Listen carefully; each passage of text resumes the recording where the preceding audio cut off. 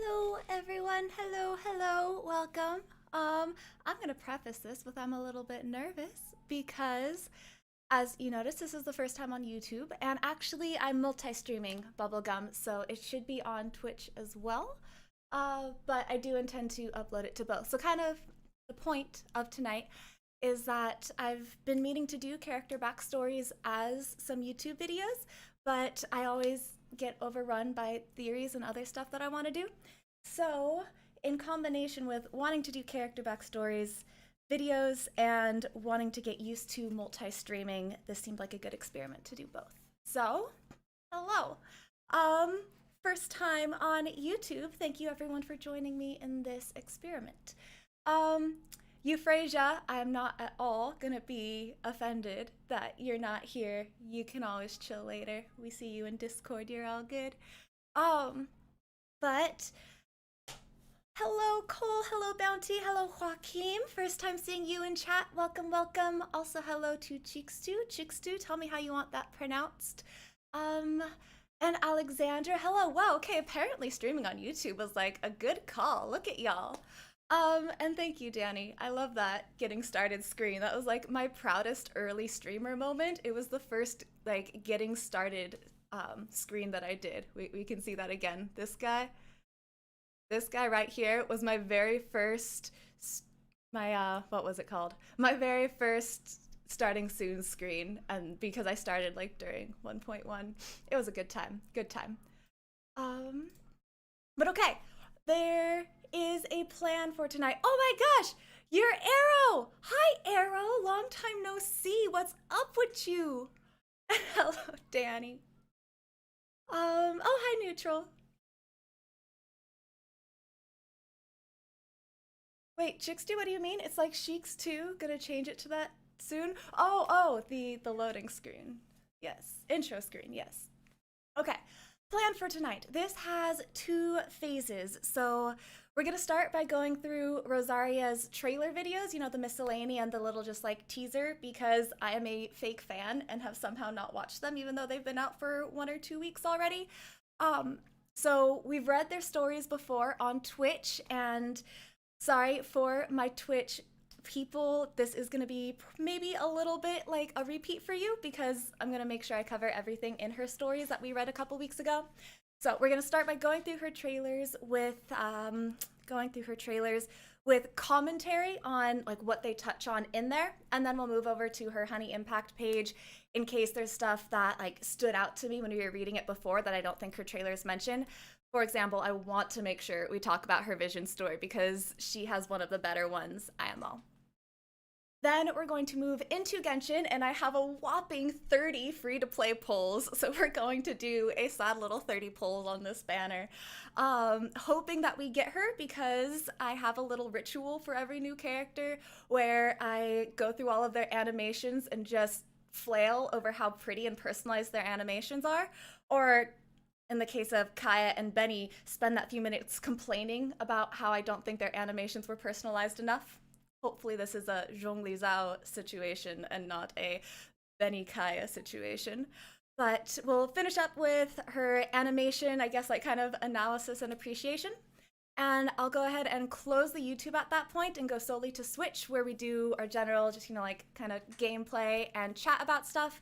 I'm really excited to do Wishful Drops tonight. Y'all know I've been looking forward to Lockfolk lore since they told us about this Oceanid event. So I'm super hyped for that.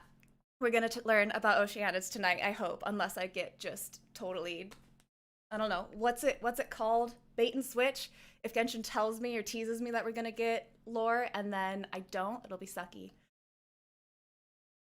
Oh, that tea was too hot. Ouch, ouch, ouch, ouch. Yo, hi Luke! Hello, guys. Okay, I don't know if I should announce this, but Luke is my brother. Yeah. My hair is super short. It's clipped up. Don't worry. It's just clipped up. It's not cut. It would be super cool if I managed to get Childe in. Let me switch to my screen. You can see that I have this video ready. Yeah. It'd be super cool if I got Childe in those 30 drops, but I'm not setting myself up for it, you know? I'm not gonna set myself up for that kind of disappointment. I'm smarter than that. Oh, cool. Well, thank you for all the lurks, Arrow. Okay, looks like I'm caught up on chat, so I'm gonna do the with no further ado thing and actually get into the content. My bangs are redone, but I don't know, they're not behaving today. Usually it's kind of a nice fringe, and today they were trying to all just be like over here. I'm like, nah, nah. So I'm not sure what's going on with the fringe, but hello, Alma. All right, I'm gonna shut up for just a hot sec so that we can watch this video. All right, this is just her little 1 minute one. I'm not sure how much they're actually gonna give us in 1 minute.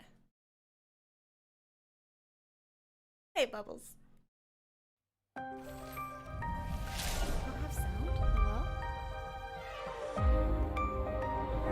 Oh, please. Okay. Me? I'm just another ordinary person. Church, work, I just do what I have to do. Each of the sisters is worse than the next.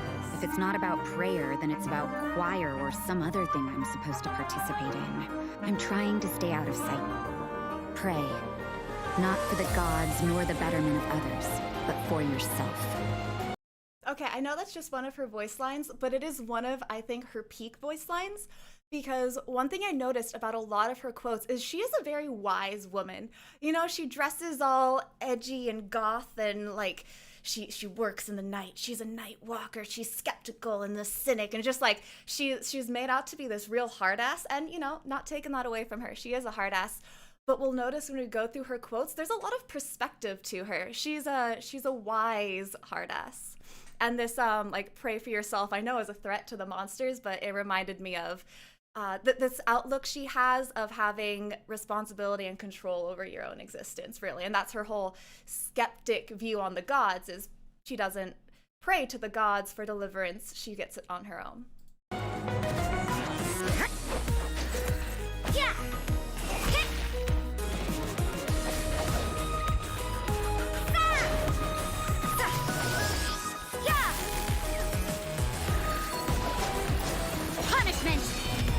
So I haven't gotten to see, okay, yeah.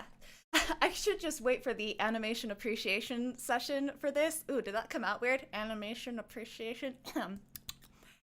But I can already tell I'm gonna like these because the reused ones are very like grounded and almost linear, but they've been personalizing everyone's spins and flips. So all of the movement and like dynamic you know, up and down that she's doing, can already tell they're highly personalized for her. Shiver! Everything's negotiable, except overtime. That kick was definitely necessary, you know, 100%. They needed Fishnet Girl doing a high kick. You know what that reminded me of? Please endure an interruption to your regularly scheduled program. What's this called? Can kick. You've got girls in fishnets doing these giant kicks. Show me. There we go. Her fishnets, her little dress, and then her high kick. Entirely necessary. I'm declaring that they were inspired by Can Girls for that animation. All right, this one is, okay, it's cool that she got a miscellaneous video in the first place because usually only 5-star characters get those. But beyond that, it is, I think, you know, about a minute and a half shorter than the average length of them, so maybe she didn't get a ton. I generally don't pay a ton of attention to the whole middle section of these where they're just telling me how to play them because we all know I'm not skilled enough for that kind of like meta gameplay analysis. I'm here for Dainsleif's intro and outro, where it's kind of it's a hit or miss on how valuable what he has to say is. But I usually use it as an indication of how important a character is going to be to like central conflict and plotline down the road, because Dainsleif is such an end game character that if he personally relates himself to them or if he seems particularly intrigued by them, that's a red flag for me. I'm like, oh, pay attention to this character because Dain cares. If Dain's comment is pretty much just like, yeah, she cool, then I figure they can be cool all we want, but we're probably not going to care about them down the line.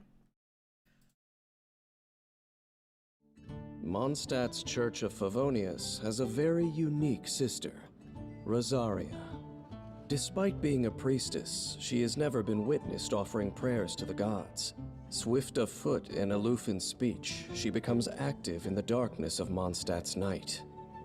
She belongs to a clandestine side of Mondstadt, brandishing sharp blades under the moonlight to strike down intruding shadows. I know this is already established as like a meme in the meme circles, but like isn't it funny? Okay, I feel like they have too many characters who are working in the dark of the night, because we already have Mr. DeLuke. Are they just skulking the streets, you know, Batman and Catwoman sort of thing? And then we have Zhao working in the shadows in Liyue. They have a lot of these working in the dark of night characters. I feel like they're just gonna start stepping on each other's toes soon enough. In exchange for the people's freedom and peace, Yo, that run the looks non-believer super is cool. tasked with purging the filth that no light will touch. Was that her City Nightwalker blessed effect? by the Shoot, I animal wasn't archon. listening to Dain. No, Sleep I was thinking about her and not listening. Active in the darkness of Mondstadt's night. She belongs to a clandestine side of Mondstadt, brandishing sharp blades under the moonlight to strike down intruding shadows. In exchange for the people's freedom and peace, the non-believer is tasked with purging the filth that no light will touch. Ooh, can we just appreciate that line? The non-believer is tasked with purging the filth that no one else will touch. Ew. I wish I could deliver that in a Dain voice, but I just don't go that low, but like, ooh, yeah. City blessed by the animal archon. Sleep soundly. Pray, not for the gods nor the betterment of others, but The for way yourself. he delivers every line just Rosaria like has makes it powerful shiver-worthy. one-on-one combat capabilities, and as a wielder of a cryovision, her elemental burst can provide continuous cryo damage, assisting the party with damage output and field control. When Rosaria is in the party, I'm turning this down just so I can kind of talk over it, because again, I usually like literally skip over this part and just skip to the end. But this is a good opportunity. Let me down even more. There we go. Good opportunity, because he mentioned her being a cryovision, and it's really key to how she works as a character. Is that we were discussing before that what seems to bind... Oh, thank you so much for the follow, Alma of Grijo. But we were discussing before that the theme of all of the cryovision holders is that they have a personality trait of defiance, where if we look at the backstory and especially the vision originations of these characters, what they have in common is that they're working outside of the bounds and constraints of something. Kaeya is a great example of this, where he is a spy for Khaenri'ah, but also a beloved citizen of Mondstadt, and he's forced to work in the shadows. Oh, there we go. We have another shadow character in Mondstadt. They're really gonna step on each other's toes soon. But as a knight of Favonius, who's supposed to be upstanding and chivalrous, he works in the shadows, and he has to play the field as kind of a double agent trying to serve both sides. So he operates in defiance and opposition to what everyone would expect from him as a knight. And then similarly with Rosaria, we have very, very similar situation, except as a member of the church, where there are certain expectations that you have of a church member, and she operates outside of them. She's in defiance of the established norms. And we can go over... oh yeah, Cole, thank you for the reminder. We have Ganyu, who is half Adeptus, and all of the Adepti have stepped away from the mortal realm and hidden themselves away in their domains. But then we have Ganyu willingly choosing to straddle that line between Adeptus and mortal. And Ganyu's vision story actually says that she received her vision in that moment that she decided to serve as secretary for the Qixing. So after the war, most of the Adepti left, and Ganyu said, no, I'm gonna stay with the mortals, in defiance of what you expected from the Adepti. So we have all of these cryo characters sharing defiance, which really fits into Tsaritsa's goal, you know, because she is defying the world order of Celestia. I forget if I was going anywhere with that. I might have just been trying to, you know, fill this time, but cryovision and what's-her-face, this girl, Rosaria, is a perfect example of that defiance. Kaeya is a spy. Oh, Alien. Mondstadt's Bounty. knights are Bounty. people- Wait. We are back to... I heard the difference in his tone of voice. He went from narration mode to, like, storytelling mode. You know, he went from explanation to narration mode. So, time to refocus on Mr. Dainsley's gorgeous voice. Peaceful and tranquil. But in the quiet of the dark, there are those who glimpse a flash of cold steel.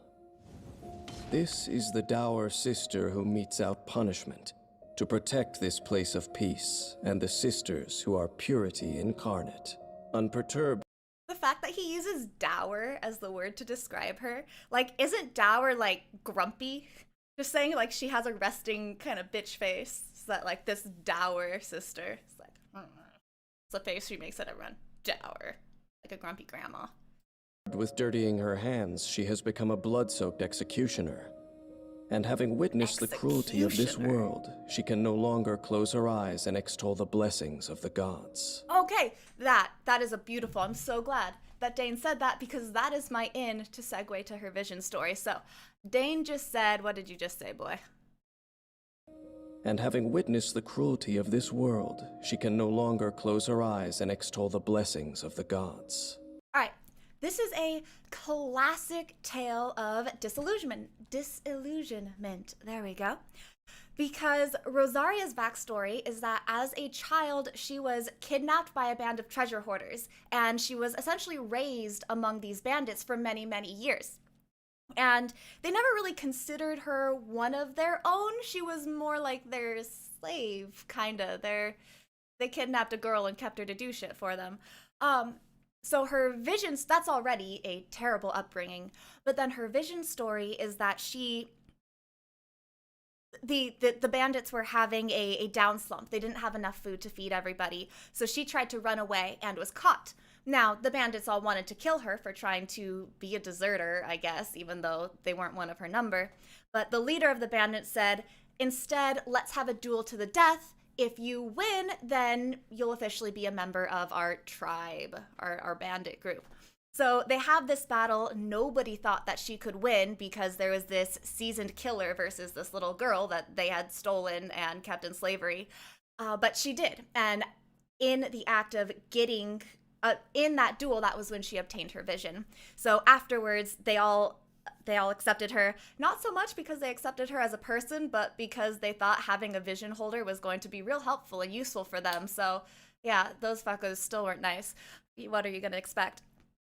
But she eventually gets accepted into this group and just identifies as one of them because she had to kill the leader after trying to run away.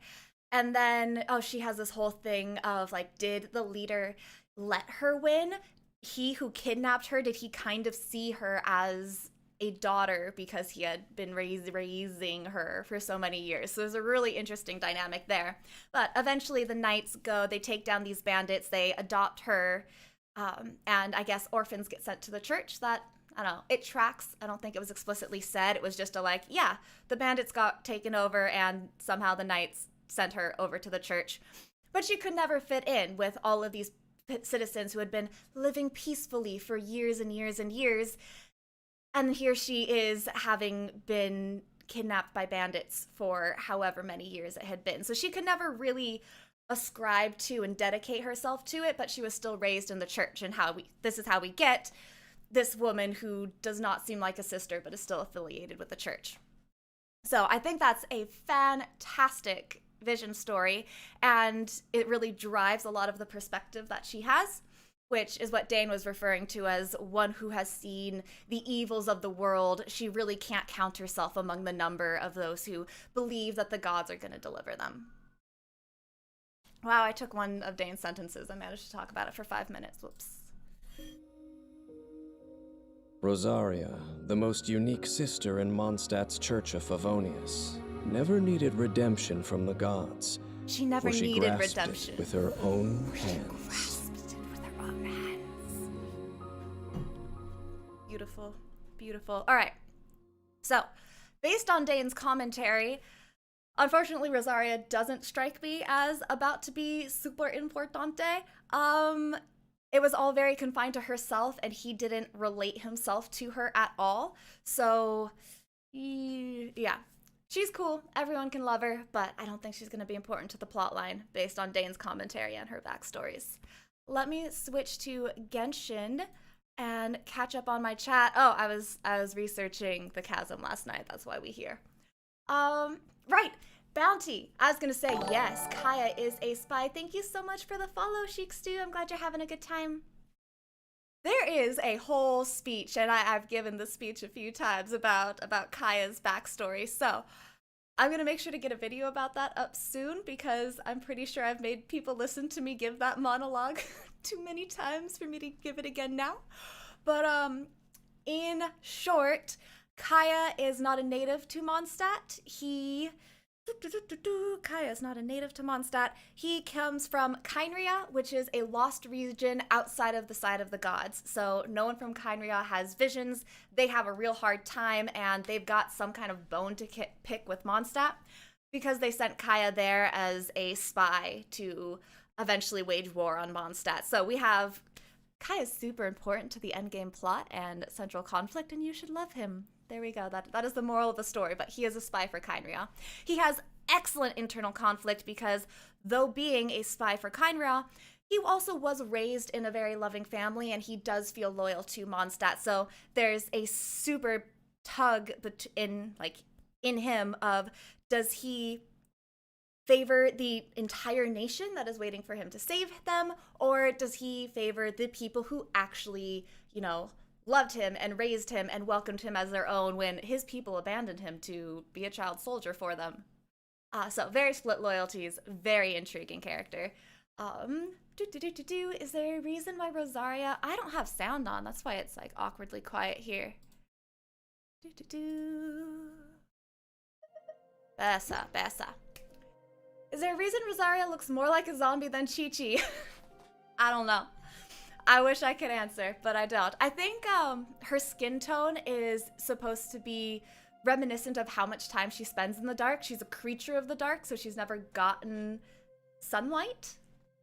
And I think that's her pallor isn't meant to imply that she is dead or is a zombie or anything. Just more to be like, yeah, this woman, she has a night job. She works the night shift and she sleeps through the day. If she is a nun and isn't a believer, then the church is more than just a church theory seems to be actually real and she is spying on them. I wouldn't say it's so much that she's absolutely not a believer. It's not as though she is against the gods and unwilling to cooperate. It's more that she can't bring herself to have blind faith. She can't say, oh gods, please save me, and believe that they'll save me. She can think, thank you gods for what you have given this land, but I'm going to take care of myself and I'm going to take care of the people in the land that you've left. It's she's not going to rely on the gods, but it's not necessarily a hatred of them. What happened here? Oh, that's just a pausing artifact. Now, we do have our whole church is more than just a church theory, which I still stand by, but I can't say I have good reasons for. That one's very much just still like a hunch that nothing has helped me substantiate so far. It's I'm losing faith in that theory every day. One can only hope that like Eula maybe brings something about it. I don't know. We need to talk to Barb's dad. I don't trust Barb's dad. That's the problem. Why is she purple though? Oh, Guizhou, you mean about her skin tone?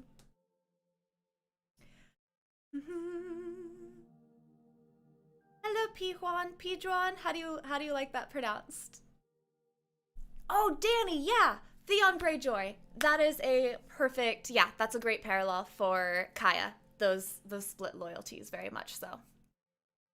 Aaron, I thought all Khaenri'ahn people are gone, so basically Kaeya's family are the last descendants, or that Albedo is basically a creation. So, yes. It is very unclear what exactly happened to the Khaenri'ahn people. What we know is that Khaenri'ah was ultimately punished for the cataclysm, and there's a theory that they were converted into the Hilichurls, and that's why the Hilichurls congregate around ruins. There's a theory that they were sent to the Abyss in an ultimate injustice, and that's why Lumine is supporting them and fighting on their behalf. All we really know is that the land was destroyed. That doesn't mean it was completely wiped off the map. There are survivors of Khaenri'ah, but they're fugitives, refugees. They're a very downtrodden people. There's not very many of them.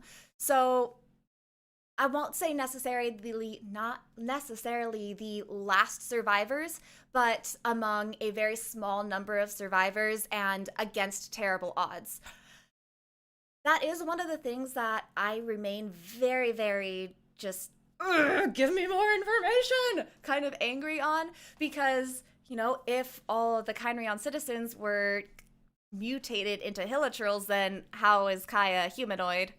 What? So there's still too much unknown for us to really understand it, but we know that Kaeya and Dainsleif are both from Khaenri'ah, and that's about all I can say for sure as he's on it at the moment. What was my other comment? Oh, I'm gonna throw this in here. I do believe that Kaeya is the last prince of Khaenri'ah. Also a theory that I cannot substantiate yet, but I'm looking, I'm waiting. Who is Barb's dad? Who is Barb's dad? I think his name was Seamus. He's like leader of the church. So Barbara and Jean are sisters, and their mother's side is from the Gunhilder lineage that has been knights for as long as they can remember. And Seamus' side is from the church. So when they divorced, Jean stayed with their mother, and Barbara went with their father, which is why one is in the church and the other is in the knights. So Seamus, I forget what it's called, but he's like the head of the church. He leads the church, somehow is in charge of the church. Well, ultimately, I just think that there's more going on in the church than simply faith in the animal archon. Oh, cardinal, is that the word for it? I think we can look this up. Let's just go to Barb's stories. We go look at Barbara.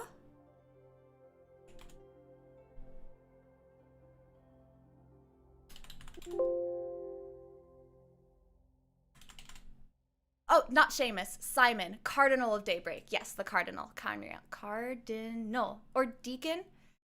Deacon sounds like a familiar word. Deacon, define. Don't know how to use this keyboard. An ordained minister below that of a priest. I'm not going to pretend that I know how to, the hierarchy within a church. Barbara is a deacon. And then what is a cardinal? I have closed my definition page. A cardinal is a leading dignitary of the church. Okay, wait. So this is the church one. Leading dignitary. All right. So I'm going to go with Barbara's a deacon. Her father is a cardinal. And then,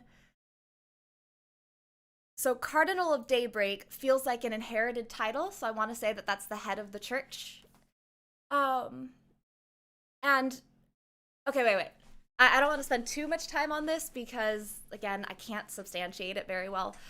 But the reason I'm suspicious of the Favonius Church is that if we look at the logos for Mondstadt and Liyue, the logo for, and that's not enough to work with. You know, I need to see the logos for the other regions to establish a pattern. This is just like, it triggered a thought. Where the geo symbol is in the logo for Liyue, but the 4-pointed star is in the logo for Mondstadt. I can pull this up real quick so y'all aren't just staring at me try to explain this. Not that. Genshin Impact. We go over to their logo page. Wish it didn't always send that. I go to this side enough. I should really just, thank you. Yes. We go to explore. Save out. Are you loading? Loading very slowly. All right, so we have this Mondstadt logo. Sorry if it's small. I can. Oh, the logo doesn't get bigger. Why? Why do you do this to me? All right, I'm sorry if it's kind of small, but this is the logo for Mondstadt, and this is the one for Liyue. Liyue has the Geo Archon symbol front and center. Meanwhile, Mondstadt has the 4-pointed star. Then if we go to Dragonspine, let's teleport to Dragonspine so it shows it to us. If we go into Dragonspine, it makes a lot of sense. It is pretty much the Mondstadt logo with the cryo symbol. Let's go to statue, why not? Mondstadt logo, it has elements of Mondstadt with a four-pointed star and the cryo symbol and a mountain. Not sure what this is supposed to be. But going back here. So when we look at other places that the four-pointed star appears, we have Paimon, who everyone is suspicious of. We have our Traveler, who we know is an Outworlder, and everyone has something about their visions, whereas he has the four-pointed star. It always seems to indicate divinity or something outside of this world. Which makes me wonder why we don't have the Animo symbol on here. So my working hypothesis is that of all of the regions, Mondstadt is the only one who hasn't been taken care of by her Archon the entire time. Venti's the absentee Archon. All of the others have been controlling their church, but who knows what could have happened to Mondstadt while Venti was gone. Very easily could have been, usurped a little bit, sneakily, and headed by something driven by Celestia or Outworlders, and that would be why we see the diamond motif in Mondstadt so much more than we see the Animo symbol. But that's a really crack theory shot in the dark. Why did I even start talking about it? Just because we were talking about why I don't trust Simon, Barb's dad, is that he seems to be the center of the church, and I think the church is not really worshipping the Animo Archon, as they so ostensibly should be. Or not only. I think they are loyal to the Animo Archon, but they have ulterior motives. There's a bunch of reasons that we think that, it's probably going to be Mond that we return to at the end of the game. One of them being that Khaenri'ah sent Kaeya there to wage war. They could have sent their child spy to any region, and they sent him to Mondstadt. Mondstadt has something going on. Catching up on my chat. Oh, of course, Aaron, I love to explain things. That is the entirety of what I do here, is I spend most of my time researching, and then I come on stream just to be like, someone ask me questions so I can talk about all the things I've researched. So I love to answer questions. Please do ask. Do we know why Paimon's hairpiece looks like a Primogem? I didn't even see that, but I kind of accidentally started talking about it. There are lots of theories for why we don't trust Paimon. All we can really say right now is it often appears in instances where you would think of divinity. It seems to be a symbol associated with maybe Celestia more than any one of the regions or elements. So the four-pointed star hints at an allegiance there. But that's all we really know. Very much speculation at this point. Bottom of the Animo symbol. Oh, it does. It does. I like that. And I've also thought we have a much more blocky design here and a much blockier design on Liyue too, but that one's not so nice to look at as the little wings. I'm always ready. Hi, Beto. Thank you. I didn't mean for that. My bad. Thanks, Beto.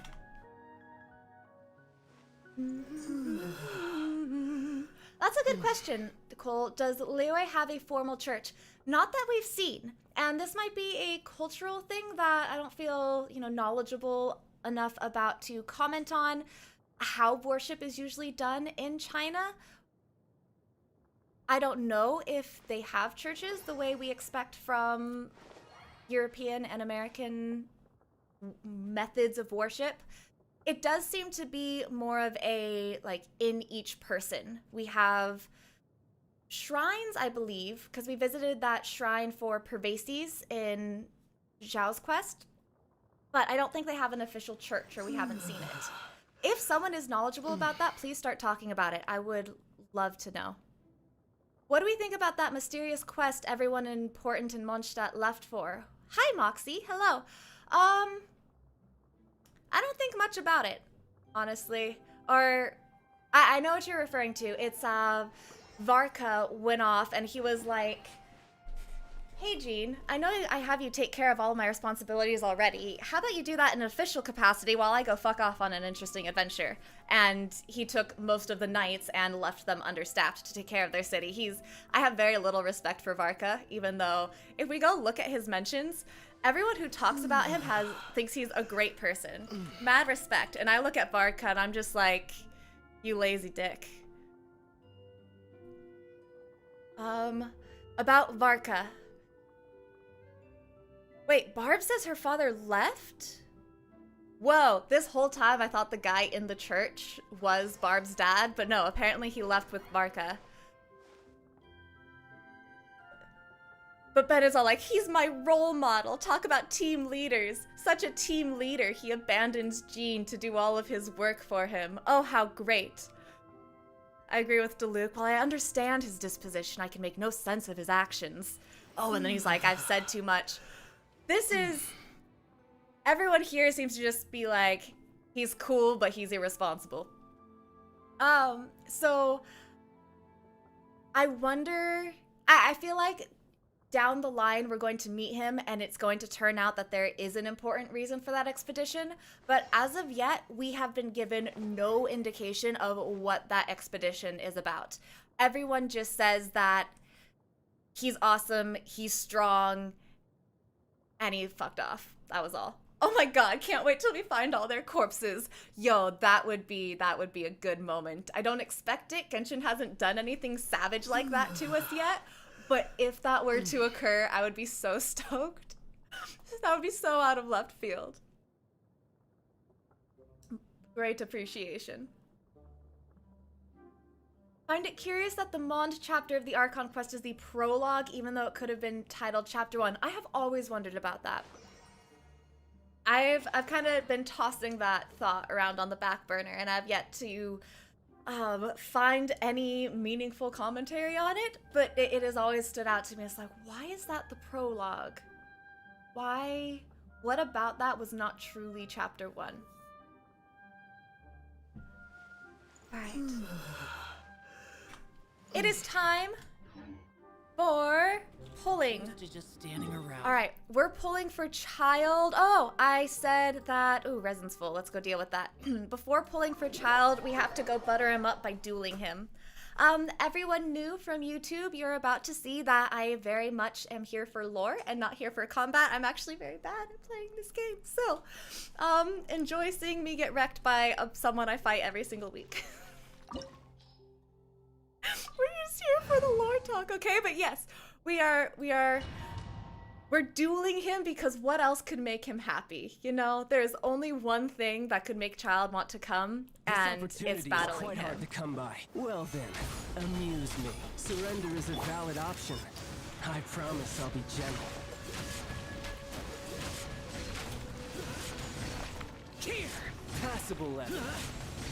Passable effort. Oh, I'm dying! Gather. So Stop letting yourself get hit by that. Not bad, not bad, not bad. You've got a trick or two.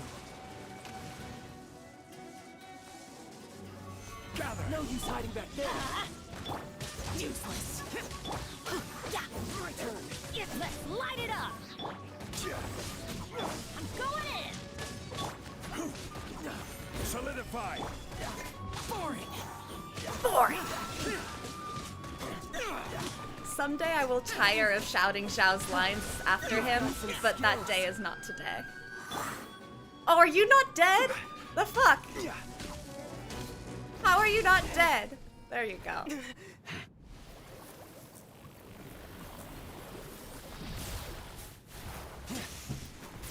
Yeah, I wondered if anyone was gonna catch that, Cheeks do. If there's anything that could make Childe come. I mean, I wouldn't be surprised if that's what does it for him. Your strength is praiseworthy. I shall use all of them.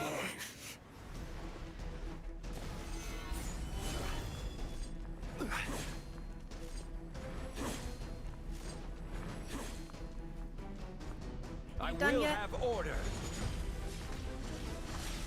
Solidify. Lament. Here.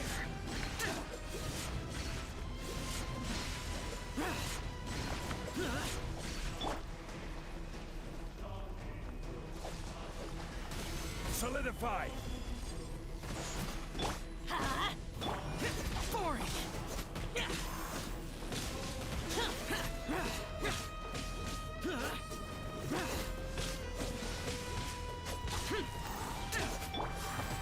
Stabilize!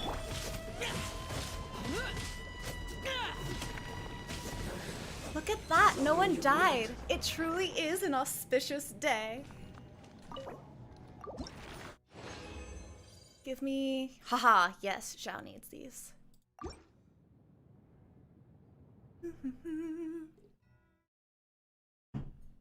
Oh, I missed something. There was a long message. Hi, Katie. One thing I've wondered about Varka, is he the person in that one scene in the manga with Diluc leaving? Can you find me that frame? I'm not sure what you're referring to, Katie. I gotta scroll chat back down. Do the gods control if other gods gives their citizens a vision? They have to because they control the design of the vision container. Ooh. Thanks for the bit, Sheik. State your business here. What was the question? Oh, about how visions are granted. All right, I'm gonna cut this answer short because the TLDL didn't listen of it is that we don't know yet. There's a lot of almost contradictory information in how visions are granted that, Zhao, I never want to hear you groaning without context, please.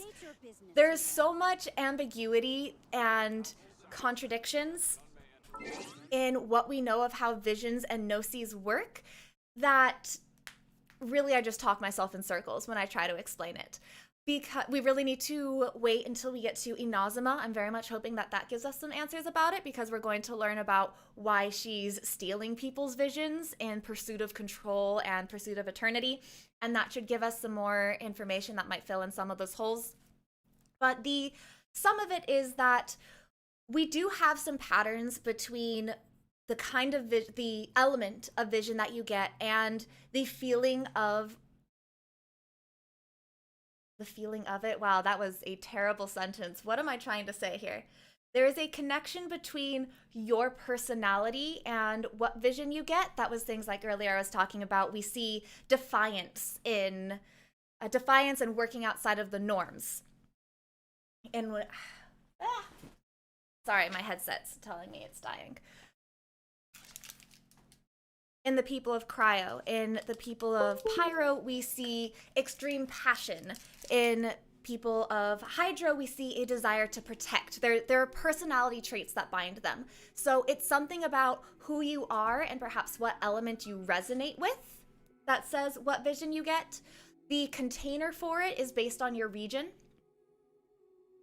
But it's very unclear whether it's the Archon of the region that decides you get a vision, because, okay, they set the frame. The Archon who you represent who decides what you get, because, all right, if every Archon could just choose who gets visions, why would Tsaritsa need to be making delusions? She could just give all of her Fatui cryo visions. Or, so yeah, the Archon can't simply say, yes, absolutely, I want to give you a vision, because Tsaritsa doesn't give all of her Fatui visions. They don't have complete control. But they have some kind of control, because on the other hand, Baal decided that she didn't want electrovisions to be granted anymore and stopped. So that's one of the contradictions where one says they don't have control over it and the other says they do have control over it. My working understanding depends on two things. One, that it's possible that it's not the Archons who decide who gets the vision, but more some entity in Celestia. So we'll just say Celestia has a will of its own, because we don't know who's in charge there. But Celestia decides that someone gets a vision, and it's more your personality, the elemental traits that you exhibit that decides what element it is, and then where you were born that decides the casing. So it's traits about you that decide how it looks, but Celestia decides you get it. That's like my operating theory. And then I do think it's necessary for the Archon to have the Gnosis for them to be granted, because there is a possibility, I can't even call it a theory because it's all speculation, so this is just a hypothesis, but suppose that Baal, who is in favor of eternity requires control. If you leave people to operate on their own, there will be change. So if she wants eternity, that requires her to have strict control over everything. So I like to think, until proven otherwise, that what's happening with Baal trying to collect the visions is her desperate attempt to regain control in a world that she feels is moving on without her. Because that's the theme that we've seen throughout all of our other storylines in Genshin, is moving on from divinity into an age of mankind. Venti never ruled his people in the first place. Zhongli has said, oh, I'm stepping back so that humans can control themselves. The unknown god in the beginning cutscene says, mortal arrogation, you all want to rule yourselves and I won't allow it. So our only antagonist is anti-mortal advancement. So in this theme of mortals outgrowing divinity, Baal, who wants control and eternity, is going to freak the fuck out at that risk. So I think she's grasping for control that's slipping through her fingers. And what better to drive that home than if the Harbingers have already stolen her vision? Her Gnosis. And it's not her choosing not to grant visions anymore, but more that electrovisions can't be granted if the Archon doesn't have that Gnosis. So she could be collecting visions to try to compensate for the fact that she no longer has a Gnosis.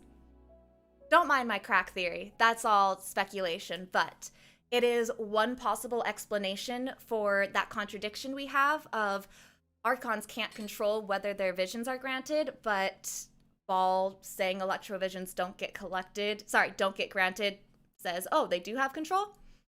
If it's not Baal's choice, but just that she doesn't have her Gnosis anymore, that explains away the contradiction. I don't know why my headset is beeping at me when it's plugged in. Concerning. I hope it just doesn't poop out on me. Oh, it made a sound when I unplugged it, so that's promising. Sorry, one moment. I'll catch up on chat anyway. We have, oh, Katie dropped a link. Let me go look at that, because y'all talking about that. Man, my monologue's gotta get shorter. Y'all moved on without me.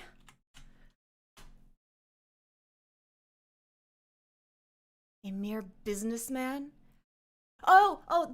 That's not Varka. I think that's Arok, because Arok was I think it's in Diluc's vision stories that they say Arok was a high-ranking member of the Knights of Favonius who was actually a spy for the Fatui, or an agent for the Fatui, and that after Diluc, had his tantrum, his well-earned tantrum, I don't mean to belittle him, but that's what it was.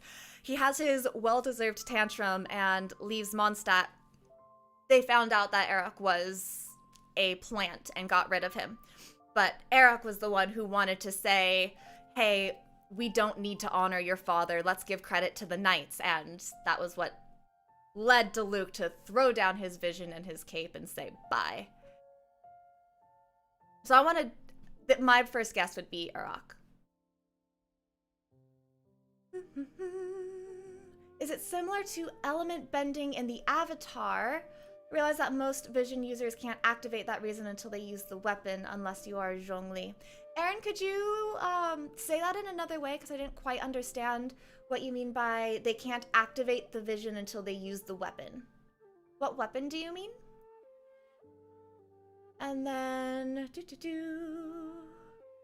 The ring is a weird thing to have detailed. I'm glad you pointed that out. I have no idea what that would indicate, though. I haven't seen any, motif or meaning in rings so far.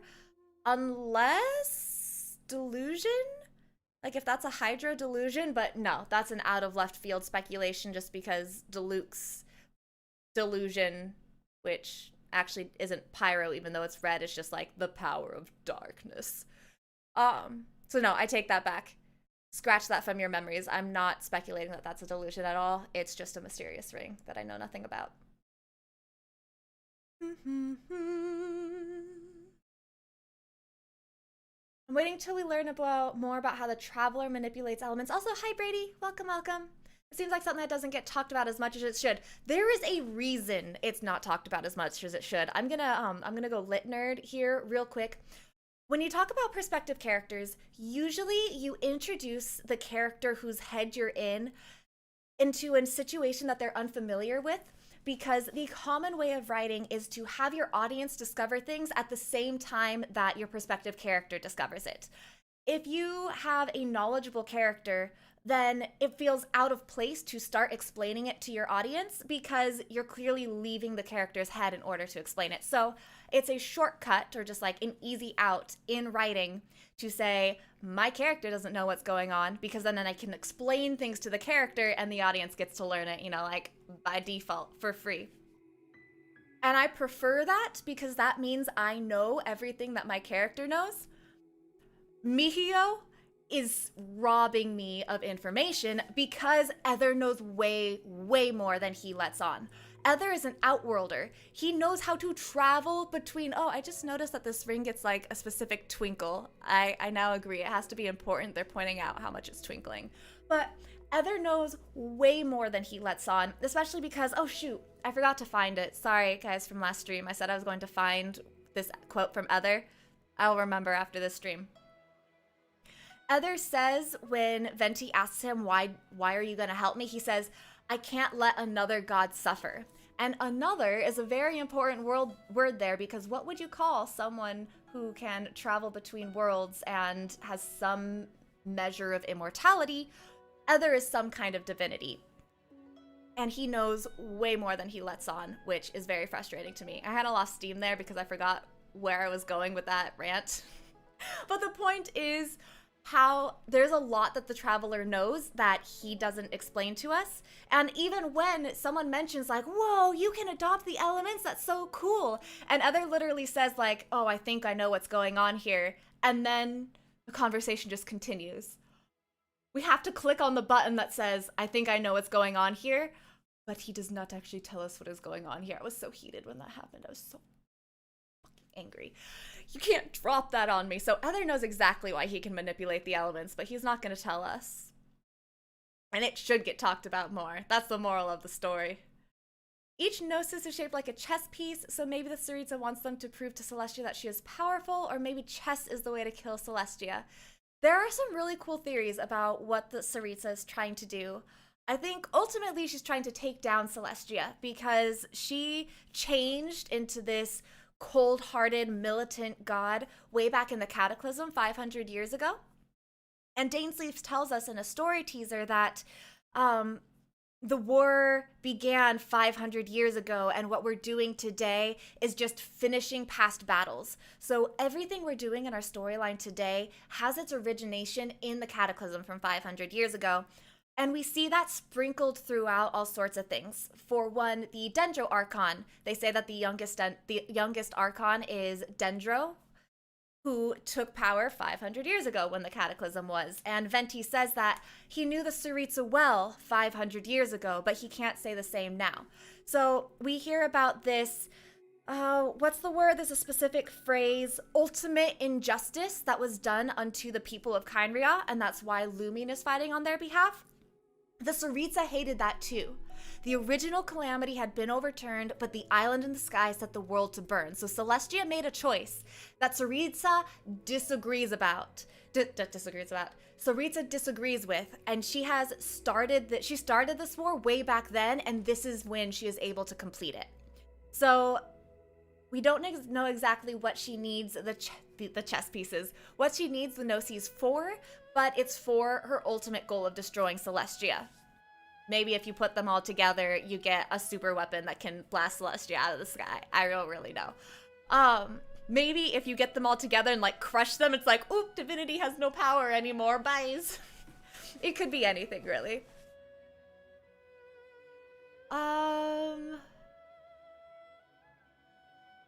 No more Geo or Animo visions as well. That's what I'm thinking.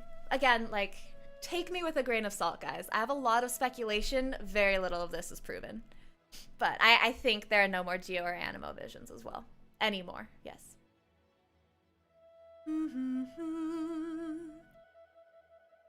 Someone got rid of their vision? Who got rid of their vision?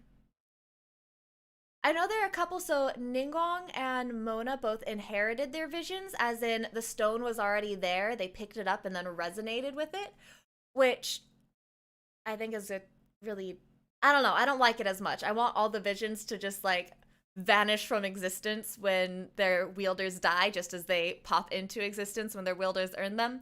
I feel like it's an unnecessary complexity for the visions to like be able to resonate with other people down the line. But I'm not aware of anyone just throwing them away. I thought they just died out. They died and their vision was something they left behind.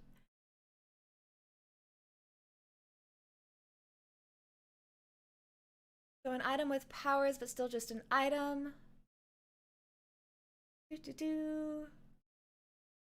What element is Diluc's delusion? Oh, that's such a good question. Katie, since you had the manga open, can you go find that scene where Diluc uses those black chains in the basement? That's such a cool image, and it shows exactly what Diluc's delusion is. Very interestingly, Diluc's delusion is not an element, or it's not one of the 7 elements, which hints at 8th element, maybe? It's blackness. It's just this, like, dark power. And it says it has the scent of mistgrass. And it's very interesting because the manga talks about Archon residue as something that can give people superpowers. So I think it's Archon residue that is in the delusions, or that makes the delusions. And Dotor is doing experiments on children, trying to inject them with Archon residue, I'm guessing to make some kind of super soldier or their own style of demigod. So the girl, the arc covered in the manga is all about this girl named Kali, who was one of the kids that the Dotor experimented on. So she has these powers that using this dark energy that smells like mistgrass, and the energy that we get from Diluc's delusion is exactly the same. Now, possibility here, the manga was started 2 years before Genshin was launched. So it's possible that at first they wanted delusions to be all about this Archon residue and only use this dark magic, and then decided later on, for maybe just child's sake, that they should have an element. That could have been a decision change, so they're no longer, complementary to each other. Or it could be that eighth element possibility that they were all along intended to be elemental, but also has this just black magic option.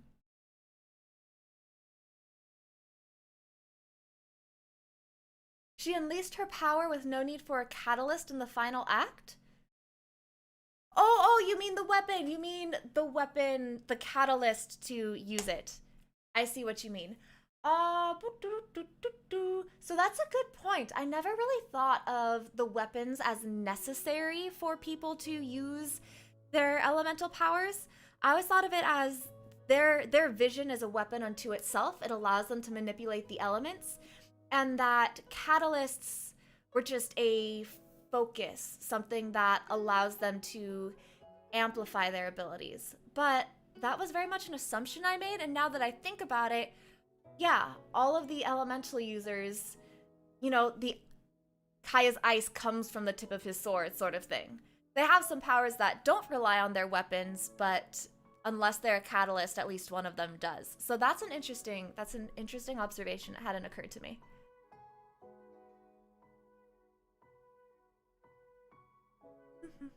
Hi, Cookie! Hello. What kind of loose ends could be left from past battles? Ooh, okay. So, Tsaritsa's Tsaritsa and Lumine, essentially. They were both angered by the events of the cataclysm and have been preparing for a war the entirety of the past 500 years. So those two, they are the loose ends that Celestia didn't take care of and are coming back to bite Celestia now. There's also the lack of information on the hell is Dain fighting for. But Dain so far seems to be a faction unto himself, who is also anti-Celestia or anti-divinity. And his land was destroyed in the cataclysm. So I think it's very possible that he is another loose end. Ooh, that's true, Brady. That if there was an 8th element, that would finish the chessboard. I like it. Obligatory Kaeya inclusion. Absolutely, absolutely. So here, example of Diluc's delusion is just these chains. And they are red in this scene, so maybe that's like an implication of them being pyro infused. In the other scene I was thinking of, there was no color to them. But yeah, Diluc's delusion allows him to use these black chains. And look how cool little Batman looks. Look at him. Oh, I love the manga character design. Do y'all know what a badass Kaeya is? Do we need to go on the Kaeya as a badass rant? Because I will. I will do it. Oh my god, I just realized. Okay, so I'm very happy with this conversation. I love it. This is not about Rosaria anymore, and I just had the thought that, like, man, my thumbnail's gonna be a lie. But I'll update the thumbnail. It'll be Rosaria reactions and general lore talk. Or can I split it? Will YouTube let me split the stream into the Rosaria section and just a, like, lore talk Q&A? That would be ideal for me, but I don't know how to, I don't know what I'm doing, so I'll have to see if that's possible. Oh my god, Euphrasia. Hi, Bondage Diluc. Have you seen his costume? Were we not already thinking bondage for him?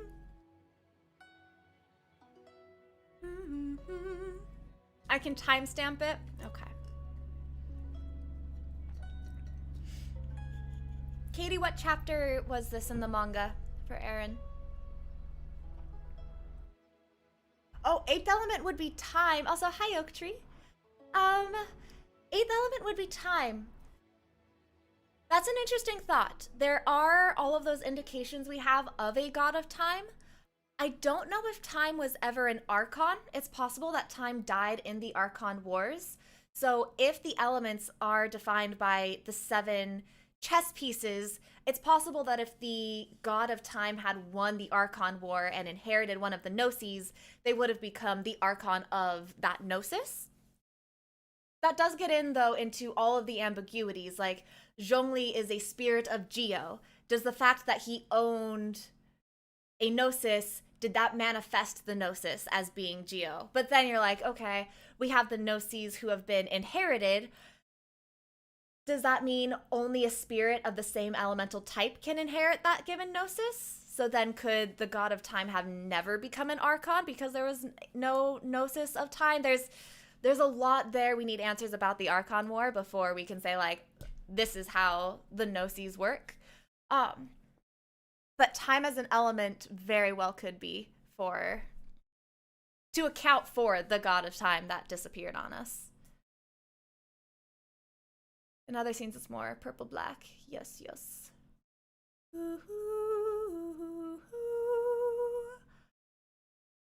I think the reason Dain is on his own is because he doesn't agree with the methods of the Tsaritsa, all the child experimentation, you know, you can't blame him. And he doesn't want to kill humanity like the Abyss. I agree with that. I think everyone is against Celestia, but everyone has different ways of going about it. And to take that a little bit deeper, I also think that Dain is affiliated with the World Tree because there's the whole people, the lost civilization of Dragonspine, who seemed to worship or be partnered with the World Tree, in addition to talking to Celestia, which is yet another ambiguity. It's like, was it both? Did Celestia take over the World Tree? What's going on here? We don't know.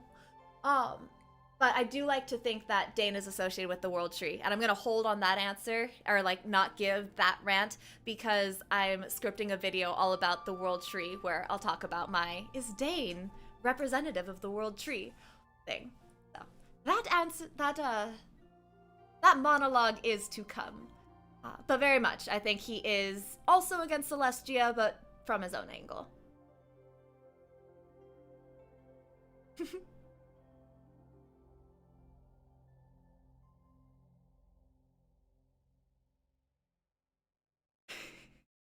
Okay, I'm not gonna read these aloud. It's just all y'all talking about Diluc's bondage implications.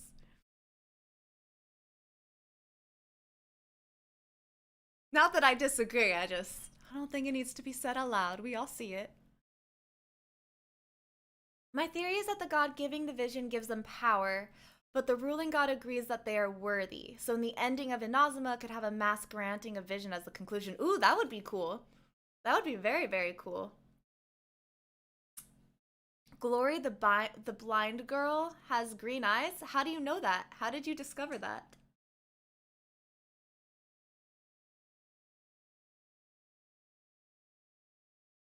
Are Twitch chat and YouTube chat separate entities?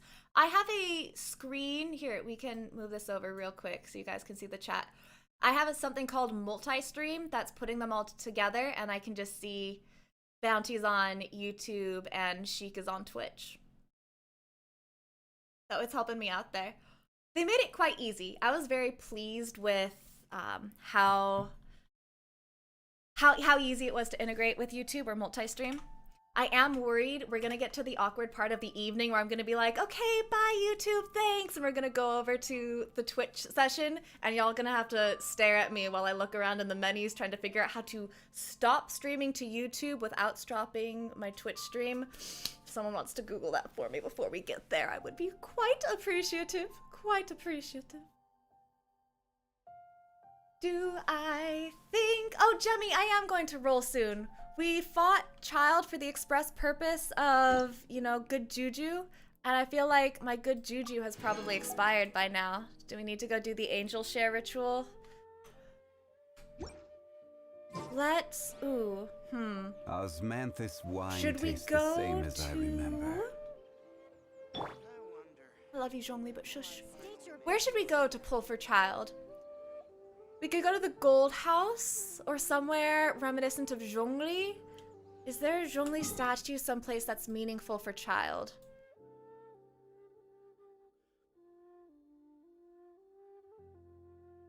Just browsing Liyue, looking for something that would make Childe happy. Maybe he'll feel most comfortable in the snow. Where should we do our pulls?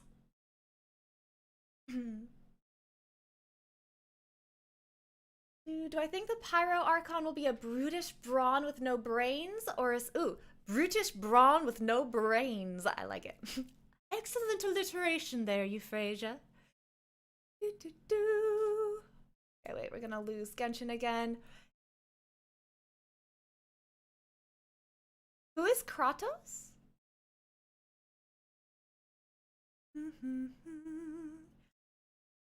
So, the Pyro Prawn, what the hell? Pyro Archon is a chibi-like red-haired girl, or she takes on the form of a child, and Dain has a very philosophical comment on her, so I feel it's gonna be smart but also strong, doesn't hesitate to use violence, is my bet. We can skip to you. Can skip to Pyro. We had no time to say goodbye.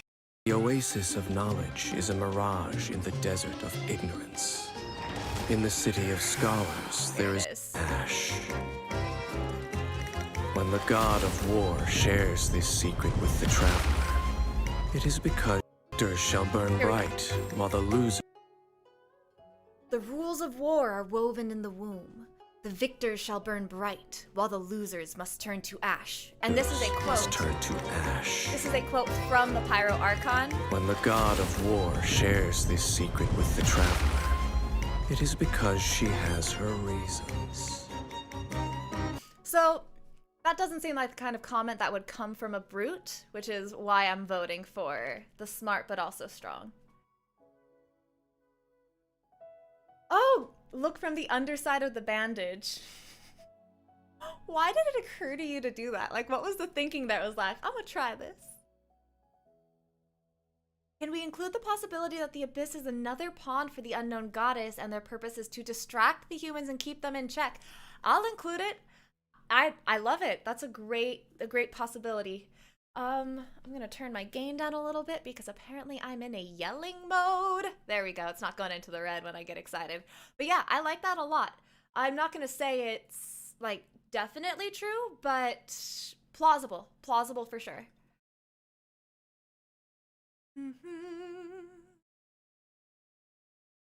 I thought that with the sky being a lie, so were the visions.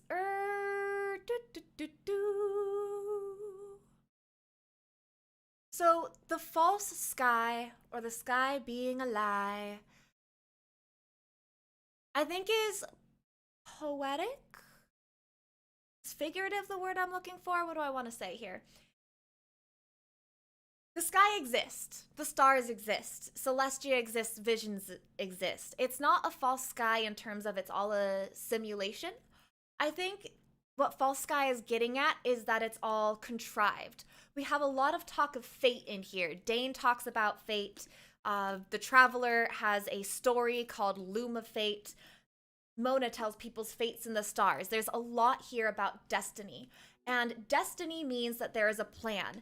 People aren't simply living their lives, they are controlled. They have no free will.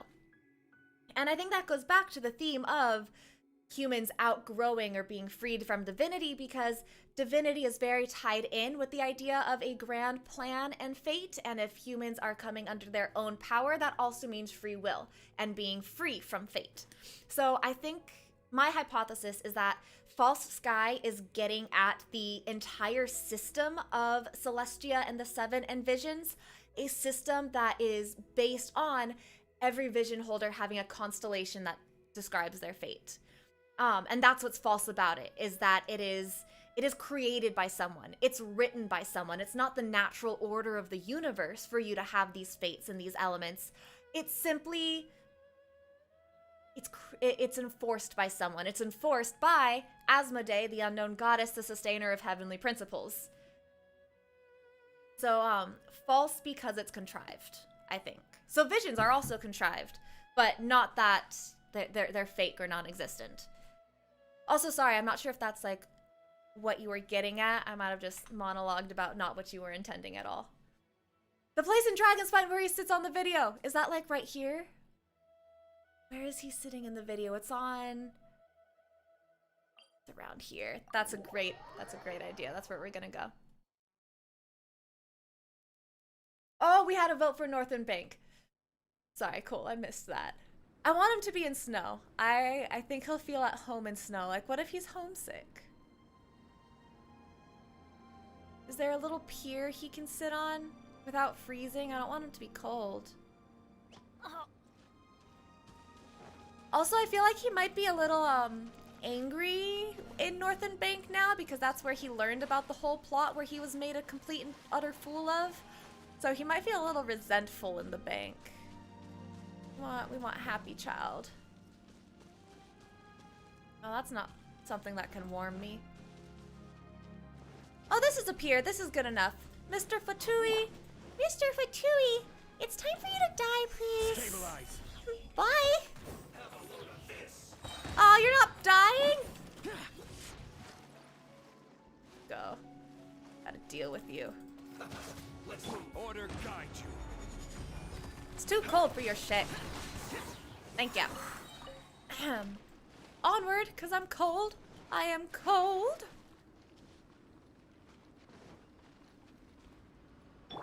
Warmth, please. Can I sit? No option to seat. We really need to just, like, sit anywhere. Alright. And we're pulling with Zhongli. I declare that this is sufficient for the moment. One more, scroll down to the bottom of my chat. Sorry if I missed something. Oh, you guys had such great ideas. The waterfall from the demo, the toy factory. Oh man, I was too scrolled up responding to stuff. I didn't see them. They were awesome ideas. DeLucas is a descendant of Murata like Vanessa. Very possibly. I've wondered about like how common that distinctive red hair is. Like, doesn't mean he's a direct descendant of Vanessa, you know?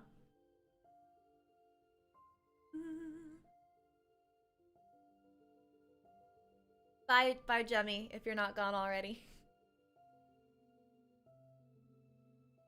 This timeout rice. Oh! What Danny means by what was this timeout rice new? I need to get rid of that. We used to have a regular in like the group of Genshin streamers that I hang out with who would just always ask for timeouts. So it was a reward. Someone could use points to time out Rice, to make Rice happy. But then one day Rice just up and left and no one knows why. So I really need to get rid of that.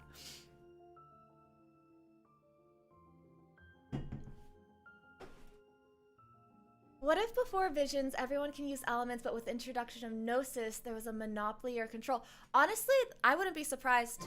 I like that idea too. Especially because we have the prayers. No, I can't even buy an additional one. We have exactly 30. Especially because we have the prayers artifacts, which talk about in the beginning, or legends say, there once was a time that people could commune directly with Celestia, and Celestia's representatives just walked the land. So a lot less separation between mortals and divinity, and more just like everyone living happily together. And the Archon War changed that. So I very much expect something along those lines of the Gnosis came about at the same time that Celestia distanced themselves from mortals. I do think that I got... Imagine having a streamer having a button to tell you to shut the fuck up. Rice asked for it. Rice asked for it. I'm saving up my star glitter for when Kaeya comes back to the store. I did get these ones.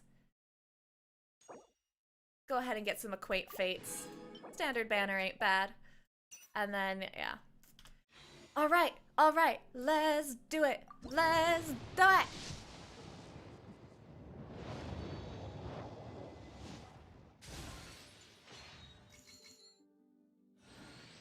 I didn't look. I was looking at chat. I didn't see if there was anything. We got a Poiple. Of course, we got a Poiple. Was a weapon, though. Oh, a Rust Refinement. Okay, I do use Rust. This isn't terrible. I don't hate it. Onward, onward. Hello, Troy.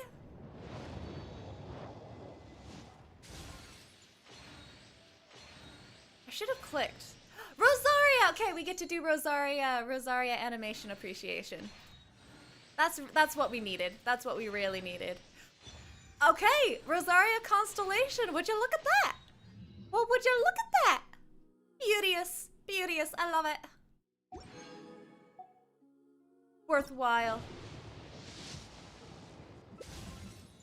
What are you? I don't think I use you. Sacrificial bow? No, I don't use you. Goodbye. But okay. Okay then. Okay. Oh, it's good for Diona? I don't have Diona. 3. We have one multi here. Is there anywhere I can get additional acquaintance from? No. Our singular attempt for a Kaeya Con. Give me my Kaeya Con. We can do it. Why? Juiceless. You're juiceless. Oh, we now have enough. When Kaeya comes back to the shop, we now have enough for him. That is one good thing. But yeah, let's go look at that double booty time. Miss Rosaria. Oh, she was attracted to the snow too. Let's say that. Darling, let's get you a constellation. What do you even do? The unholy revelation. When Rosaria deals a crit hit, her attack speed increases by 10% and her normal attack damage increases by 10%. Does it make sense to put Rosaria on my Kaeya DPS team? What do you guys think about that? Hi, Boofa. How you doing? We're doing well tonight. It's a good time. Oh, okay. So, I don't know if I just made a weird face, but I felt like I made a weird face. I am sipping ginger mint matcha tea, and like I went and pulled mint off my branch and chopped up ginger and mixed in matcha, so it's not like bagged, and I'm low enough, like close enough to the bottom now, that I'm getting pieces of ginger through my straw, so it's like chewing on boba, but instead of sweet boba, it's little ginger pieces. It's not the most delicious thing. Hello, Jimmy! Ooh. She is much deeper than I expected. You know, based on her original bosom and her high heels and fishnets, I was Not particularly excited, but I was very happy with her stories.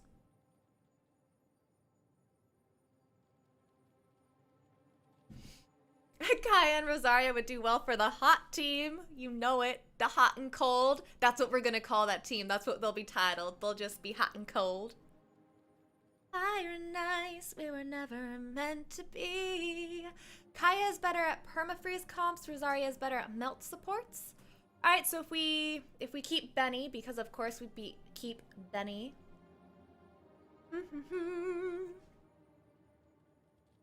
So, oh, I was saying attack speed increases. I love that, and a normal attack damage increases. Yeah. Land without promise, and the wages of sin. Divine retribution. What's divine retribution? Increases or decreases people's physical res. Well, let's see. What do we give you? Do I have anything? Oh, look at that! Does anyone else have that pose? I don't think so. Who are my other spear users? Xiangling? That's been so long, I've forgotten her name. Xiangling? Yeah, Xiangling just has this psycho smile. And then we have Hottie here. I don't like your animation all that much, though. Yours is cool. Yours is cool. But yeah, I haven't seen this one. Look at you.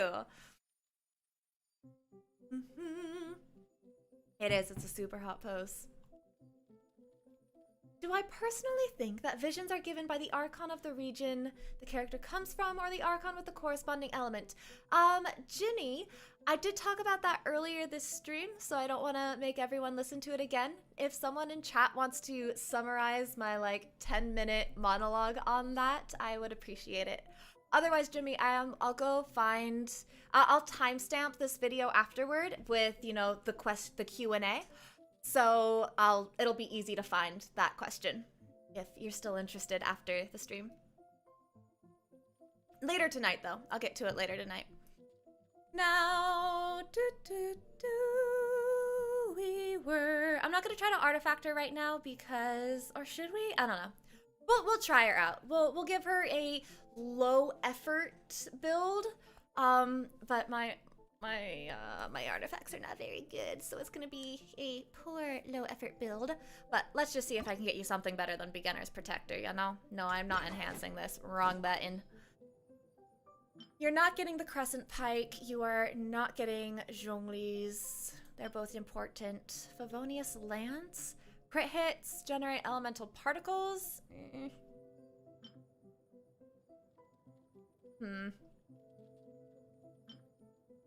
Hitting an opponent with normal and charge. Oh, it's the Everfrost article. It's what they give her in trial?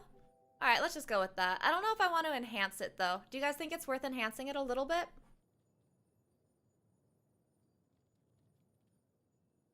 Bye, Troy. I'll see you on Friday. Thanks for the lurk.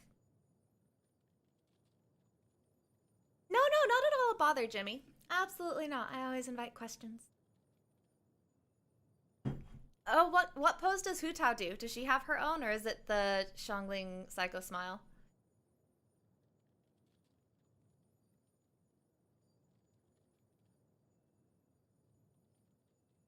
Let's...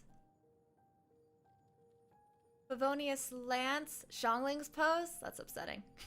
I don't know. There's something I really dislike about Xiangling's pose. I feel like Hu Tao deserved better. She is... Oh, wait. That's a good point. I should actually read her talents before I go ahead and build a weapon for her. She performs up to 5 consecutive spear strikes. Of course. She swiftly shifts her position to appear behind her opponent, then stabs and slashes them with her polearm, dealing cryo damage. Cryo-E. This ability cannot be used to travel behind opponents of a larger build. Good thing to call out.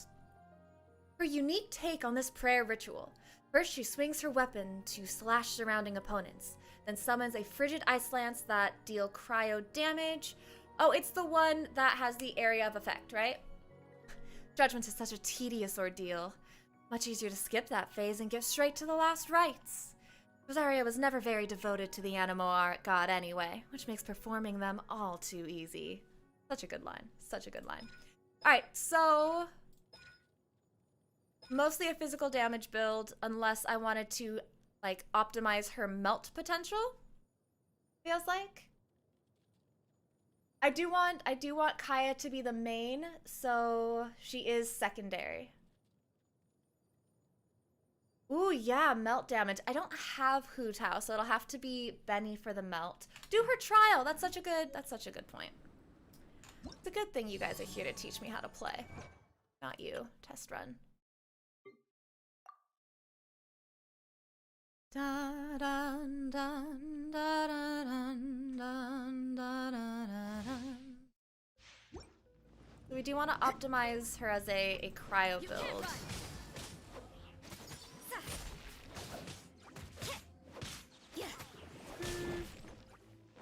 Her speed isn't my favorite thing, but a 6-second cooldown's not bad.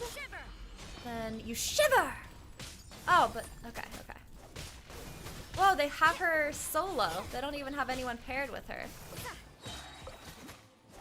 Okay, that energy regen was real fast. I appreciated that. Punishment. Oh, Shangling Plunge. You can't run.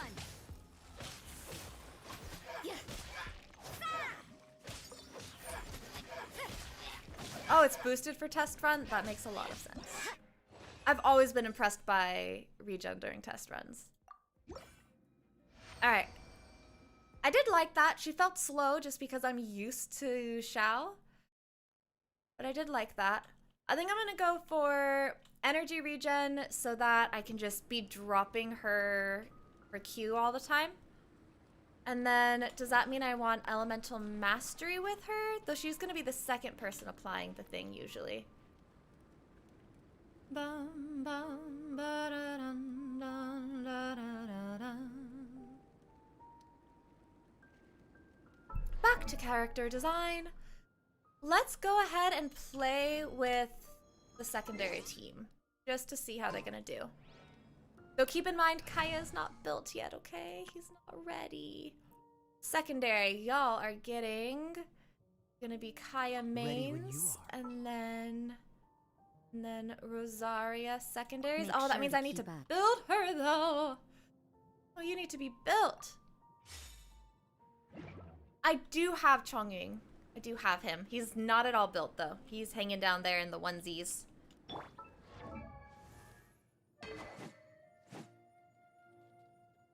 Thought I at least put Dragonspine Spear on you. Let's switch and I'll decide later if I want to build it. Physical attack. No. Energy regen is what we want, right? If we're looking for energy regen, probably Favonius Lance. It's already a little bit leveled. We're going to have the crit rate improvement from dual cryo, right? So that's going to help with her regen. I like this. How hard are you to build up? Slime secretions? I can get those. All right. If we like her, I'd be willing to give that one more ascension today. Oh, okay. Wait. Someone please remind me later to refine my rust, right? Because we have that one refinement. Kaeya is currently wearing the cryo thingies, and he's not losing them. So this is all gonna have to be. Damn. We do want her cryo bonus though. Though that can just be a dual thing, right?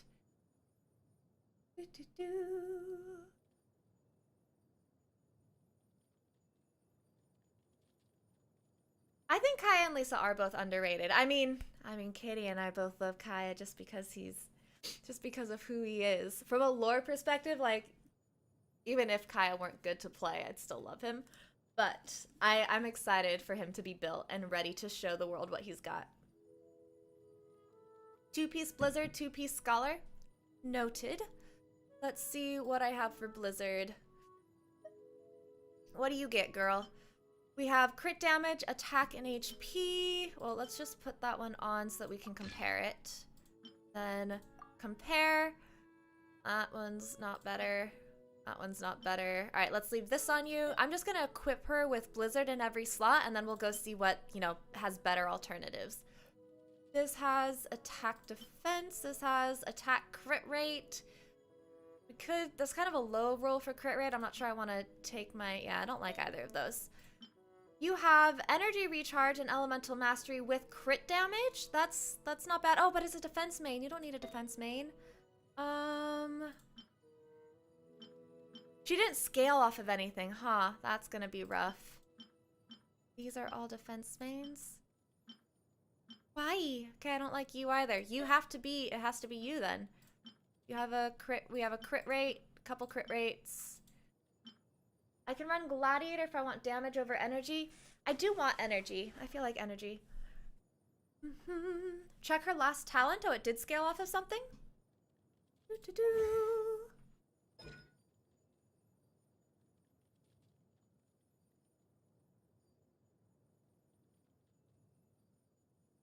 Wait, what am I checking? Oh, the last one I can unlock. I didn't check either of these. Her crit rate increases and then increases crit rate of all nearby party members. Dang, okay. Crit rate of all nearby party members by 15% of her crit rate. Okay, so we want to optimize her crit rate. Thank you. Reading comprehension kind of struggled there for a moment. I'm not sure why. It took me a long time. Crit rate appeared so many times in that sentence, I didn't see it for a while. So, we want to get a crit rate main on you. Where did Blizzard Strayer go? We had 2 crit rates. 1, 2, it was these 2. So, sub options are energy recharge, HP defense, or HP and flats. Let's see how you roll. Just at the start.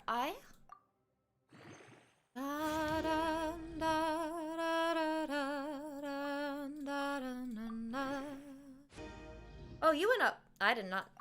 Somehow I didn't notice that it went that high. We rolled into elemental mastery for, you know, I don't hate it. I don't love it. Let's only get this one up to like 12. And then I'll see if I get anything better within the foreseeable future. Or, you know, the immediate, the soon future. What word am I going for here? There's a turn of phrase that would help me right now.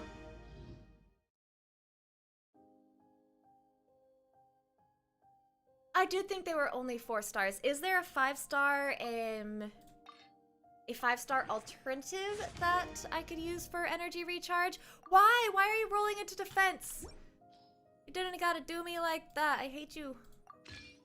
You're gonna get equipped anyway, but is there a 5-star alternative that you guys recommend, or is it worth?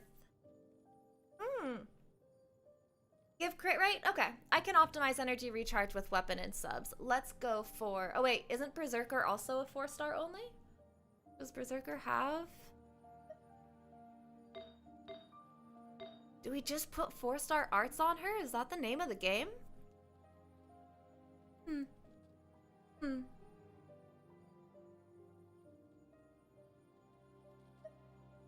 Let's see what I have for Bloodstained, and barring anything that I love, we'll go with one of those 4 sets. We do need energy recharge though. This is kind of nice. It has energy recharge, elemental mastery, and crit damage. Oh, no, it's crit rate and attack. I don't hate either of those. We can come back to that. This looks pretty good. I might steal from Razor. Might steal Razor. Look for a Sands with energy recharge. Do I have a Sands with energy recharge?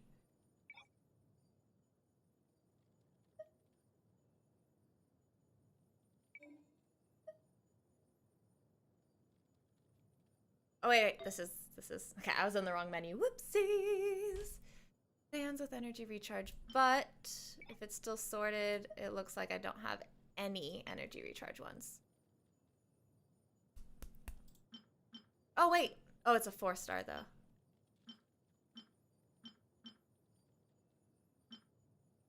It's a Bloodstained. That's a Glad. Oh, but we can't take Zhongli's equipment. Nah, man.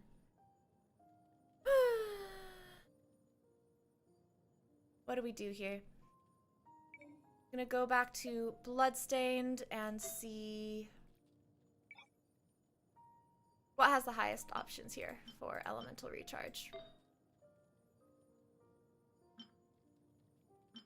Not elemental recharge, energy recharge. We could try to roll this one, or we could steal from Razor. Let's just steal from Razor for now. Sorry, boy.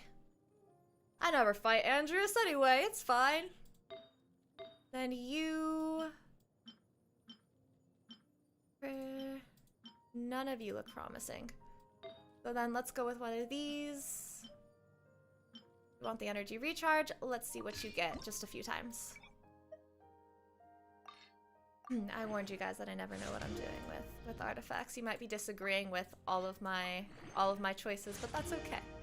That's okay. I have to learn the hard way. Didn't need to roll defense percent, but I'll give you a few chances. Oof. Oof. Why? Why?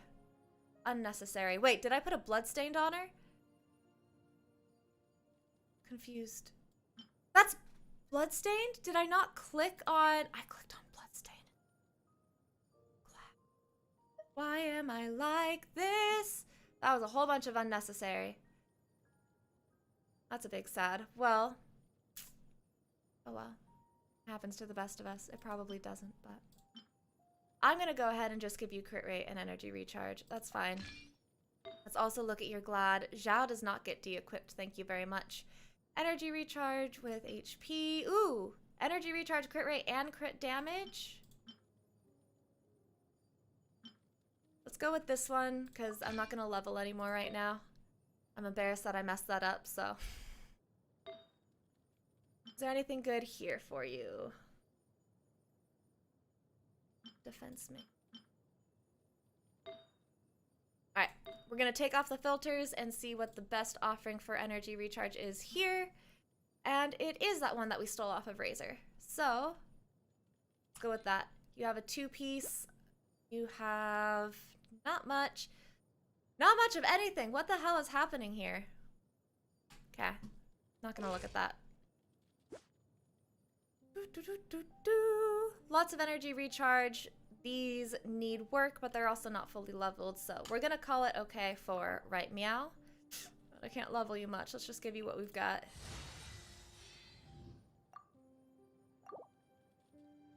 Okay.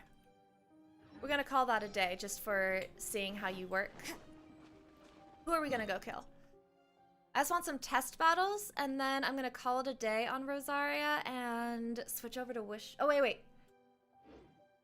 Wishful Drops isn't open yet, huh? Contending Tides. Switch to Contending Tides.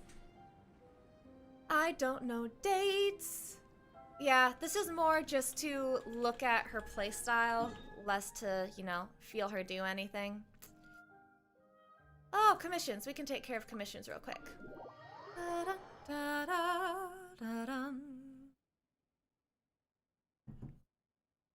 Just need to fight with her a couple times to see how she feels. And then the looking at her animations just happens in a field, so we don't need enemies for that. Oh, we have to dress her correctly.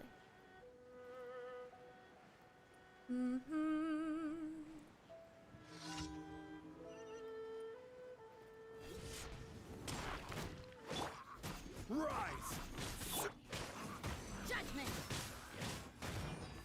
Maybe this is just fate. I didn't pop my Zhongli shield. I'm sorry. I'm sorry. You deserve better, Rosaria. I clearly don't know what I'm doing with you. This moment will be frozen in... How are you faring, Kaeya? You're still not dressed.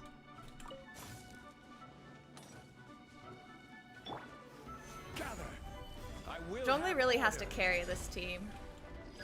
Right, meow. But here we go. Here's the reinforcements. Let's get a heal up. Let's get a fresh shield. Because Rosaria needs it. And then we switch over to you. Just gotta see how you're doing. You do move so slow. I need to... I want to meow and then meow for the melt. Want to stay shielded, but then really want you. So she's kind of just there for the elemental resonance because Kaeya's gonna be applying the melt anyway, huh? She's redundant as an elemental apply, except for her Q, right? Her Q is gonna be just like, everywhere is fire. If we actually stayed in the thing. Hey, for an incomplete artifact set, I'm not upset with you, Kaeya. Like, I'm pretty happy with that performance for being incompletely built. Can't have you taking damage though. What are you doing over here? Yeah, I was very irresponsible with her. We're not going to hold her accountable for that one. But this actually very quickly turned into an, ooh, Kaeya's not looking too bad.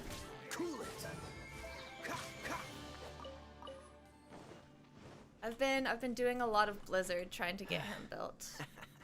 Ah, you silly butt, you pretty boy. All right, Rosaria is getting outshined by my need to fill every moment with Kaeya appreciation. So we're gonna do one more round of battles, and then and then finish her off. I know we had a vote for default gliders. I just want to see the blue's not gonna go with your color scheme. Can you turn faster so I can see how this looks with your outfit? But no, I agree. Basic seems to be the way to go.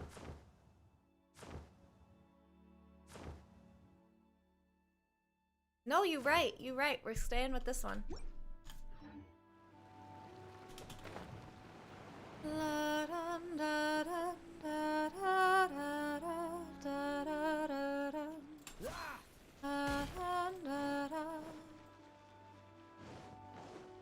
I can tell you already though, I saw her plunging attack. Still not as nice as Zhongli's. Bye Bubblegum! Thanks for chilling. I'll see you later.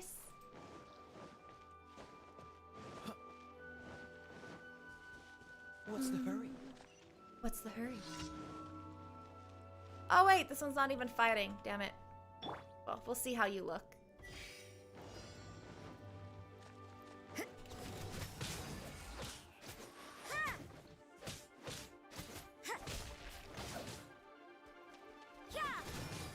Man, I kind of want her, I wanted her thingy to behave like, you know, a straight line. Oh, we have to actually deal with one of those. There we go.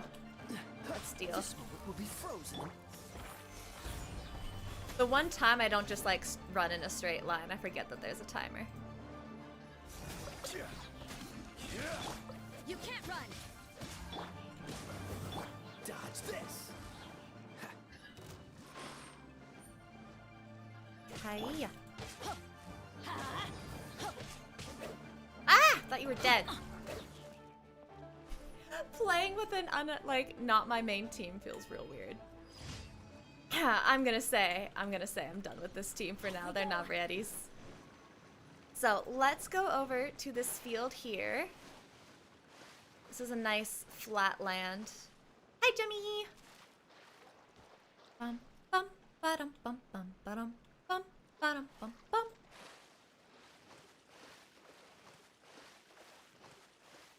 Damn, Parker, a C1 child.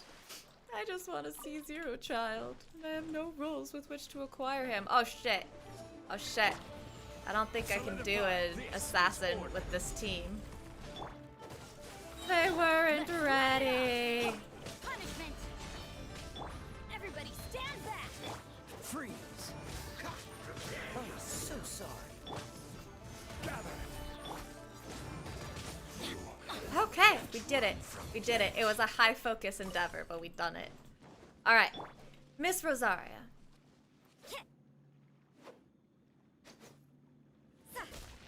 Ooh, okay, I kind of like that. All right, that last one at the end is the only one that really stands out to me. But there's a lot of power. Okay, wait, watch this.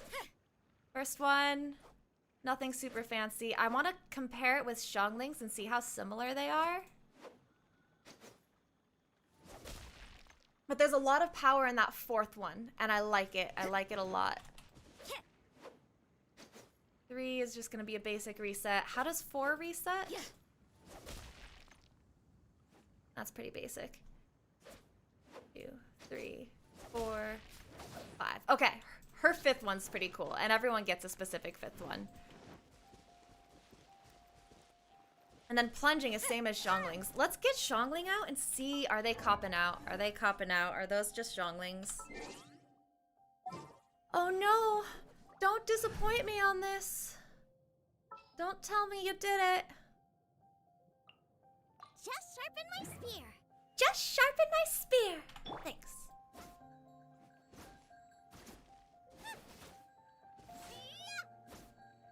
Okay, no, those are all different. Oh, and hers is only 4. So it's only charged that they share. The other ones were all Rosaria only, and I appreciate that. Then there's her plunging, which is the same among all polearms, so we know what it looks like. We just have to see if she does it better than Zhongli, is really how it goes.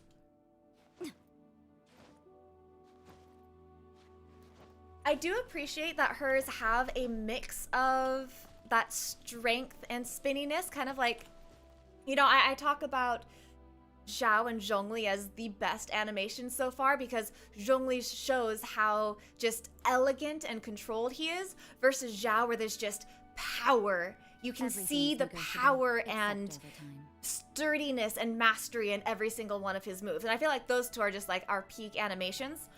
Hers combines a little bit of that. She's a sexy lady. There's some like if we look at her last one, whew, like her high kick, her spin, there's some elegance in there. But then there's Zhao-like power in her 4th. She slams and gets spun around. And if we go compare that with Zhao, I actually talked about this in Zhao's design, that usually when you come out of a spin, let's go look at it. I forget which one it is. 1, 2, 3. It's his 3rd one. In the article, the developer article about Zhao, they talked about how usually when you come out of a spin or turn, you need to do another step forward to get rid of that energy or the residual energy. And they very purposefully had Zhao land this turn to show his control. You can see how lightly he steps because he does not need another step to get rid of his energy. He has so much mastery over his movements. Momentum. Thank you. Thank you, Cookie. He doesn't need an extra step to get rid of his momentum. He has such mastery that he can land right out of it. And I just love the wide stances in all of his movements because you can see the power. Rosaria, we see them take that principle and say that she does not have Zhao's millennia worth of mastery. She needs that extra. She has a powerful movement and she has so much momentum she needs to take that extra step that turns her around. So you can feel the power in her movement by the fact that she needs to move her foot forward to take care of her momentum. And I appreciate that. I just appreciate how they make it feel more real by the fact that we know naturally that if she's putting that much, that bang into her movement, she needs that extra step to dissipate it. Dissipate's the word. Yeah. And then I feel like that last kick is just... That's pretty. That's pretty. Now, the plunge. Does she look sexy in her plunge?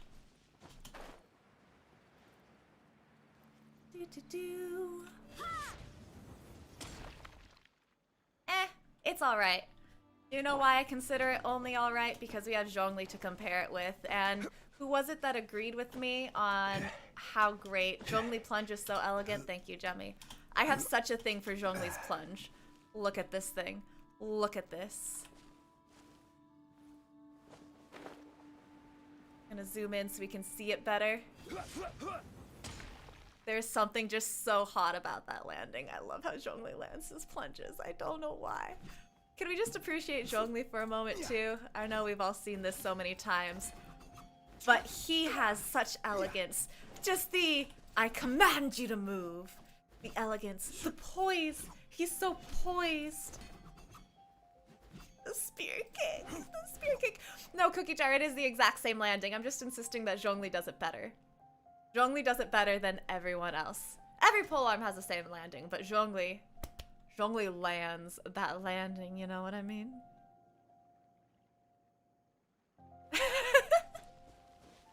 Sheik, that like, how does he move so quickly? Technically, they have the same animation, but I swear to you, Zhongli looks better doing it. What is? Oh, is that a little pyro tower over there? The kick. It's a fight between the kick and that first one. Just look at that first one. Let's look into his eyes as he does the first one. He knows what he's doing. He knows what he's doing to us. Oh, I've never looked at his face though. Look at his face when he does the kick. We're zooming back in. Look at his face during the kick. But like, he kind of glares for the kick. Oh god, oh god. Does everyone make facial expressions? Rosaria, what do you do? Oh, you got too low. I couldn't track your face. You're still too low. No, she just like, she straight faced the whole time. She don't give up. Alright, one last animation appreciation. Also too low for me to see, but I saw a glare in there.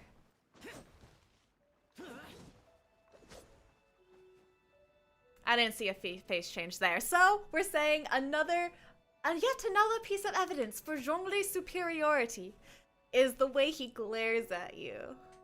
More short jokes about Xiao.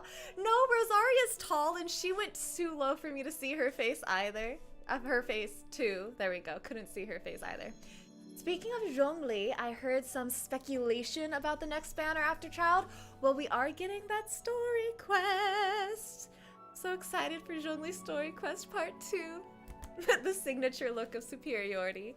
Okay, I'm going to have an awkward moment now where I try to figure out how to stop the YouTube stream. I might just end it and... Oh, I have new buttons called replay buffer and schedule stream. I don't know what those do.